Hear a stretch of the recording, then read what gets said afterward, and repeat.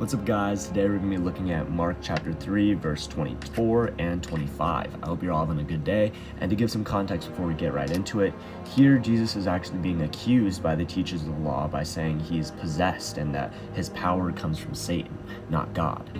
And this is what Jesus says to them. How can Satan drive out Satan? If a kingdom is divided against itself, that kingdom cannot stand. If a house is divided against itself, that house cannot stand. And if Satan opposes himself and is divided, he cannot stand. His end has come.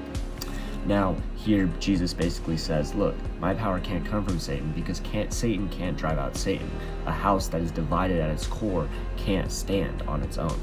And this is a refutation of these false allegations, but it also reminds us for the necessity of unity, right? It reminds us that because, like Jesus said, a house that is divided in half can't stand on its own, many people are kind of the same way, right? We have a lot of internal priorities that we value, and if, let's say, I want to go to this, but I have homework to do, I have to choose what I prioritize.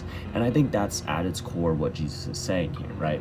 And in order to have unity, in order to have a set structure, in order to thrive, whether it's a nation, whether it's an individual, whether it's a family, right? You have to have internal unity, you have to have an internal direction. And a lot of people often have different directions that are being pulled in. I know for myself, and speaking from my own experiences, I have a lot of things that I struggle with. I have a lot of things that maybe I shouldn't do, but because I'm like leaning one way, I end up going down, right? And so what Jesus is calling for us to do is to have that internal unity and to prioritize what matters in our life, right? If we have something that we know we value and we know is right, we should value that more and prioritize that. That way we don't have that internal conflict, and our house, which is our internal body and mind, can stand on its own. I hope you're all having a good day, and I'll see you tomorrow.